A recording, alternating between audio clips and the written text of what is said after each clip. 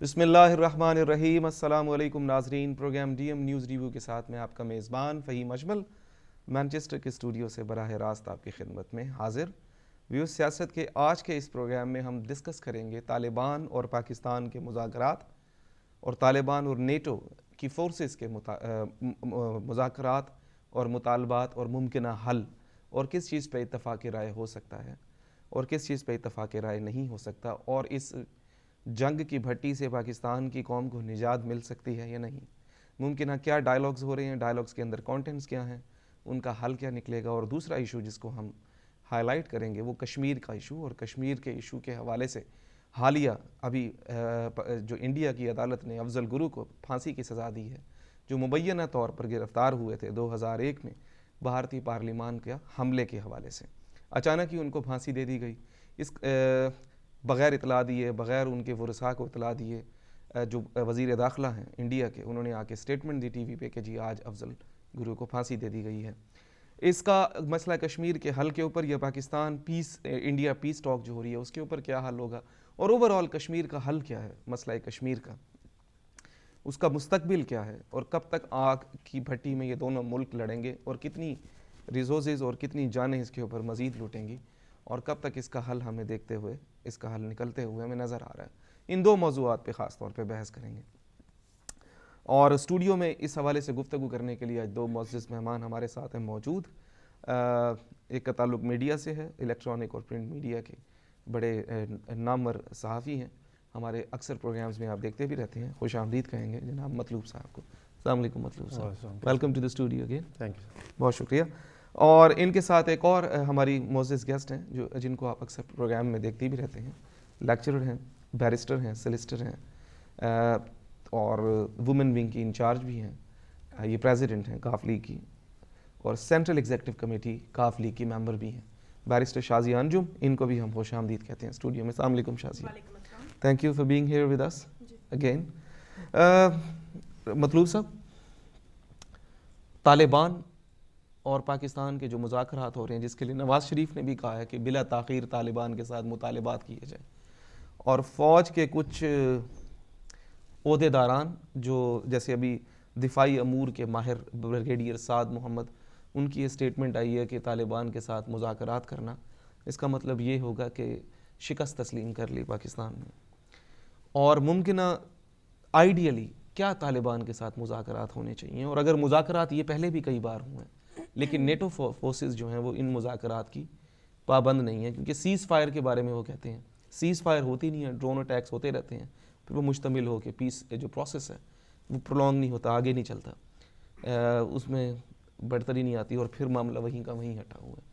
تو کس طرح سے طالبان کے ساتھ مذاکرات ہونے چاہیے، پاکستان کو کیا کردار ادا کرنا چاہیے؟ بسم اللہ الرحمن الرحیم۔ فہیم صاحب، طالبان کی ایک ہسٹری ہے، میں چاہوں گا کہ تھوڑا سا ہم دیکھیں کہ طالبان ہے کہاں۔ یہ زمین سے نہیں نکلے ہیں، نہ آسمان سے کوئی مخلوق ہے جو آئی ہے۔ بیسکلی یہ وہی ہولی فریڈم فائٹر ہیں جن کو امریکہ اور پاکستان نے زیادہ امریکہ کے مفاد کے لیے اور پاکستان نے اپنے کچھ مفاد کے لیے افغانستان میں ان کو استعمال کیا، سوویت کو جب ٹکڑے کیے اس کے بعد یہ وہاں پہ آ گئے۔ انسان کی زندگی میں ایک کوئی بھی چیز اس طرح کی ہوتی ہے کہ جب آپ تھوڑا عرصہ اس کو استعمال کرتے ہیں، جب آپ چھوڑ دیتے ہیں تو کبھی جن بے قابو ہو جاتا ہے۔ ان کو ایک پروسیس کے مکمل کرنے کے بعد ان کو چھوڑ دیا گیا۔ They used to call them holy freedom fighters on CNN پہ۔ ان کے دفاتر ہوا کرتے تھے امریکہ میں، واشنگٹن میں، دوحہ میں، ہر جگہ میں، دنیا کے ہر بڑے شہروں میں ان کے دفاتر ہوا کرتے تھے۔ ہیلری کلنٹن نے جس کے حوالے سے 9/11 کے بعد ان کو کالعدم تنظیم قرار دیا گیا۔ اس کے بعد طالبان ایک حقیقت بن چکے ہیں۔ میں نے پچھلے پروگرام میں بھی آپ سے جب بات ہو رہی تھی طالبان کے حوالے میں سے، تو میں نے آپ کو یہی کہا تھا کہ طالبان اب بھی ایک حقیقت بن چکے ہیں۔ آج نواز شریف صاحب کا ایک بیان ہے، بڑا قابل غور بیان ہے کہ مل بیٹھ کے بات کرنی چاہیے، اور ان کی طرف سے بھی جو بات ہوئی ہے اس میں انہوں نے کہا ہے کہ JUIF، جماعت اسلامی اور نواز شریف ہمارے ساتھ مل کے بیٹھ کے یہ بات کریں۔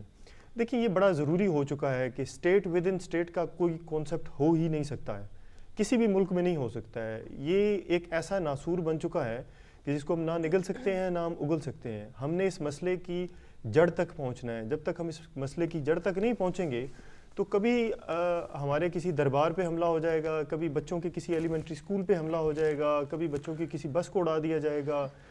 آپ اس مسئلے کو انٹر لنک کر سکتے ہیں پاکستان کی تمام جتنی بھی سالمیت ہے اس کے ساتھ. اب طالبان ایک حقیقت بن چکی ہے, طالبان ایک حقیقت بن چکے ہیں. اس کے بعد پھر ہم شازیہ انجم کے پاس آتے ہیں, کالر لائن پہ ہیں موجود, ان کو شامل گفتگو کر لیں. ہیلو السلام علیکم.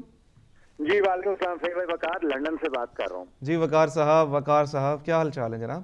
بس اللہ کا شکر ماشاءاللہ. دونوں آپ کے جو سبجیکٹس ہیں بہت امپورٹنٹ ہیں, ہماری پاکستان کی صورتحال سے بہت زیادہ لنک ہے. دیکھیں جو طالبان کا پرابلم ہے نا, بیسیکلی خالی طالبان کا پرابلم نہیں ہے. طالبان کے ساتھ اور بہت سارے فورن ایلیمنٹس ہیں جو ہمارے ملک کے اندر موجود ہیں, جس سے ہم انکار نہیں کر سکتے. اور ان تمام ایلیمنٹس کا جو تعلق ہے وہ ہماری امیگریشن سسٹم کے ساتھ ہے, جس کو ہم نے اتنا کمزور رکھا ہوا. یہ بیسک ریکوائرمنٹ ہے پاکستان کی, جس طرح برطانیہ, یو ایس اے یا جتنے یورپین کنٹریز ہیں, جب اس فورن ایلیمنٹس کو روکنے کے لیے, اور بالخصوص ہم پاکستانیوں کو جب اس طریقے سے دہشت گرد میں اس کے فیس میں لانے کی کوشش کی جاتی ہے, ان کو روکنے کے لیے ایسے قوانین بن سکتے ہیں, تو why not in Pakistan. Pakistan میں ایسے قوانین امیگریشن سسٹم میں کیوں نہیں لائے جاتے, بارڈرز کو کیوں نہیں سیل کیا جاتا, تاکہ ہم لوگ اپنے آپ کو محفوظ کر سکیں. اب دوسرا پرابلم جو ہمارا کشمیر کا ایشو ہے, جو سب سے بڑا ہمارا پرابلم ہے. دیکھیں کشمیر کا جو کیس ہے وہ پاکستان بہت کمزور ہے اس معاملے میں. اس کی وجہ میں آپ کو بڑی آنیسٹی سے بتاتا ہوں کہ جن ممالک میں, جہاں آپ کی یونائٹڈ نیشن کہہ لیں, آئی ایم ایف کہہ لیں, ورلڈ بینک کہہ لیں, جن ممالک کے ساتھ اور جن اداروں سے ہم لوگ جو پیسہ لیتے ہیں اپنی اکانومی کو چلانے کے لیے, وہیں ہم اپنا کیس ریپرزینٹ کر رہے ہیں کشمیر کا.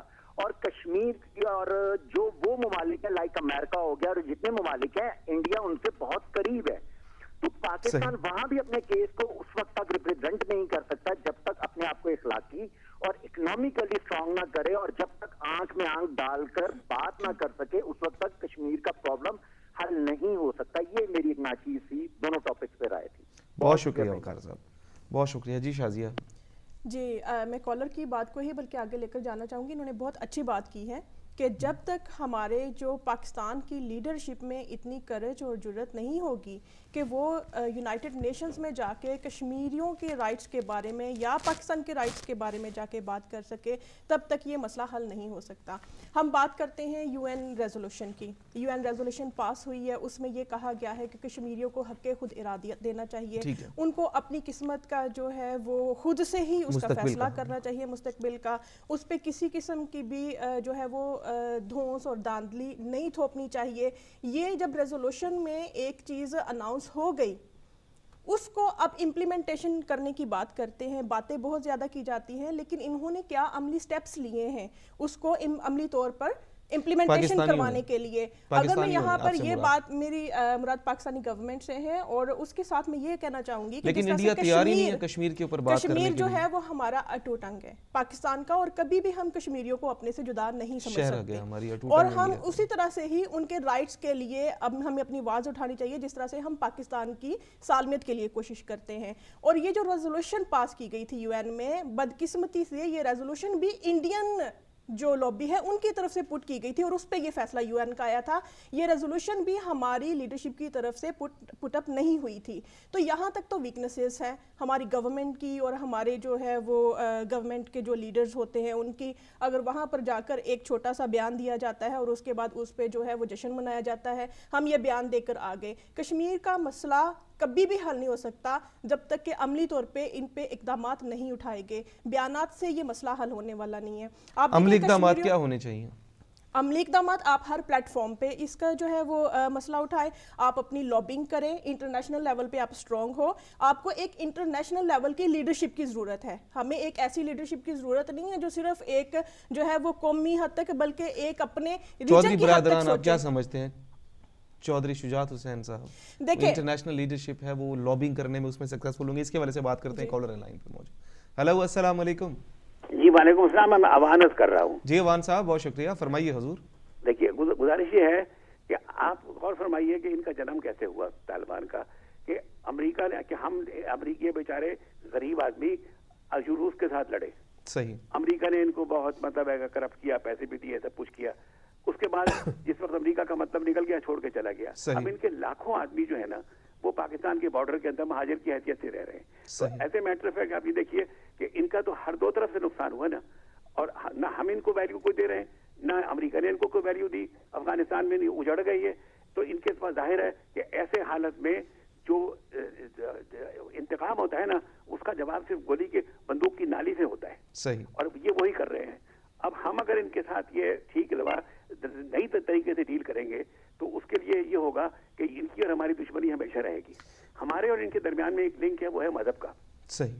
یہ لوگ ہم سے بہت زیادہ مذہب کی عزت کرتے ہیں. اگر ہم ان کو اس طریقے سے اپروچ کریں اور ان کا احترام کریں, ان کا اس لیے کہ ان کے ساتھ جو کچھ ہوا ہے وہ ہماری وجہ سے ہوا ہے, ان کا احترام کریں تو بہت ممکن ہے کہ مذاکرات جو ہیں وہ حل ہو سکتے ہیں اور یہ مسئلہ ختم ہو سکتا ہے. لیکن اگر ہم نے ان کو امریکہ کے خوش کرنے کے لیے ان کے حملے جاری رکھے, کیونکہ ہمارا سب سے بڑا قصور یہ تھا کہ ہم نے ان کے اوپر حملہ کر دیا, ورنہ تو انہوں نے ہمارے خلاف آج تک کبھی کوئی گولی نہیں چلائی تھی. صحیح. اب اگر ہم ان کو یہ یقین دلا دیں کہ وہ ہماری مجبوری تھی, ہم سے غلطی ہو گئی, یہ ہو گیا, تو میرا خیال ہے کہ ہمارے مذاکرات جو ہیں وہ رنگ لا سکتے ہیں. لیکن اوان صاحب کس دھڑے سے ہم مذاکرات کریں؟ ان کے اتنے سارے دھڑے ہیں. گل بدین حکمت یار کا الگ سے گروپ ہے, پھر کرزئی کا الگ سے گروپ ہے, اور پھر اس کے علاوہ دوسرے جو میسو گروپس ہیں جنہوں نے اپنی اپنی لیڈرشپ, ملا عمر کا الگ سے گروپ ہے, طالبان کا الگ سے گروپ ہے, اس طرح کی گروپنگ ہوئی ہے. یہ سب ایک جگہ پہ یہ خود کٹھے نہیں ہیں, تو مذاکرات کس سے کیے جائیں؟ ایک آپ مجھے یہ بتائیے, جو قطر میں گئے ہیں, جی وہ کوئی نہ کوئی گروپ تو گیا ہی ہے نا.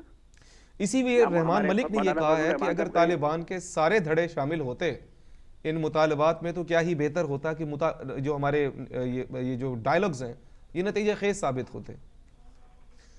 کال ہو گئی ہے ڈراپ, اور معذرت کے ساتھ ایک مختصر سی بریک میں ہم نے جانا ہے. بریک کے بعد آپ کی خدمت میں ہم دوبارہ حاضر ہوتے ہیں, ہمارے ساتھ رہیے.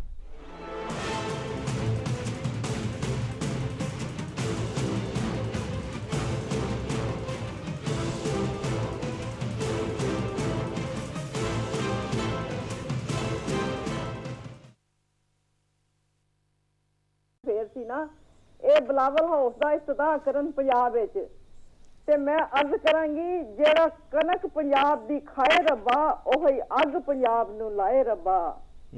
ہے اخیر ضمیر فروسیاں دی ہر کوئی ہوس دی اگ بجائے ربا. بالکل صحیح. رضا رب دی نہیں منظور اینو وٹو لاہور لڑکانا بنائے ربا. کانو پے نے اے کرائے ربا. ہلو, وہ معذرت کے ساتھ رانی ملک جی تہاڈی کال ڈراپ ہو گئی ہے. بڑی سونی گل تسی کہہ رہے سیگے کہ جڑا پنجاب دا اناج کھائے ربا وہی پنجاب نو اگ لائے ربا. دیکھیں یہ بالکل یہی ہو رہا ہے, اور ہمارے جو دیکھنے والے ہیں ویورز ہیں وہ بڑے اب سمجھدار ہو گئے ہیں, ان کو باقی کافی چیزوں کا پتہ ہے. طالبان کے جو مسئلے پہ بات ہو رہی تھی اس میں یہ ہے کہ دیکھیں آپ ہی کی بات کہ رحمان ملک نے کہا ہے کہ کیا یہ اچھا ہوتا کہ وہاں پہ اگر آ جاتے. مسئلہ یہ ہے کہ طالبان کے ساتھ امیر المومنین ان کا ملا عمر کو انہوں نے اپنا ڈکلیئر کیا ہوا ہے, اس کے ہاتھ پہ انہوں نے بیعت کی ہوئی ہے. جتنے بھی گروپ ہیں اس کے, چاہے وہ مولوی فضل اللہ ہو, چاہے وہ احسان اللہ احسان ہو, چاہے وہ مولوی داد اللہ ہو, چاہے وہ کوئی بھی ہو, وہ سارے انڈر ون آپریشن کام کر رہے ہیں. وہ بات آپ کی بالکل ٹھیک ہے, لیکن فرام دا ویری بگننگ ہماری آرمی نے ملیٹنسی اسٹریٹجی اپنائی تھی, گوریلا وار, جس کی وجہ سے ہماری پوری قوم یوز ہو رہی ہے. اب ہمارا جو مین کنسرن ہے نا وہ اس وقت یہ ہے کہ میسو اسکیل پہ تو پاکستانی قوم تباہ ہو ہی رہی ہے ان دونوں جنگوں میں, طالبان کی جنگ میں اور کشمیر کی جنگ میں انڈیا کے ساتھ. ہمارا اوکا چٹ ہو گیا, اس میں کوئی ڈاؤٹ نہیں ہے. اب یہ جو ہمارے علاقوں میں لوگ جہاد کے نام پہ استعمال ہو رہے ہیں شازیہ, ان کی ٹریننگ ہوتی ہے, ٹریننگ کیمپس کھلے ہوئے ہیں, کوئی ان کو روکنے والا نہیں ہے. گھر گھر میں مجاہدین پیدا ہو رہے ہیں, ایکسٹریمسٹ پیدا ہو رہے ہیں, جو لنک کر کے دوسرے لوگوں میں بھی بے صبری اور شدت پسندی اور انتہا پسندی کے عنصر کو جنم کر کے لے کے آ رہے ہیں. اس کے حوالے سے ہمارے حکمران کیا کر رہے ہیں؟ اس سے پہلے میں یہ ضرور ایک چیز واضح کرنا چاہوں گی. آپ نے بریک سے پہلے کویسچن کیا کہ آپ یہ بتائیں چودھری شجاعت کی کیا پالیسی ہے کشمیر ایشو کے بارے میں.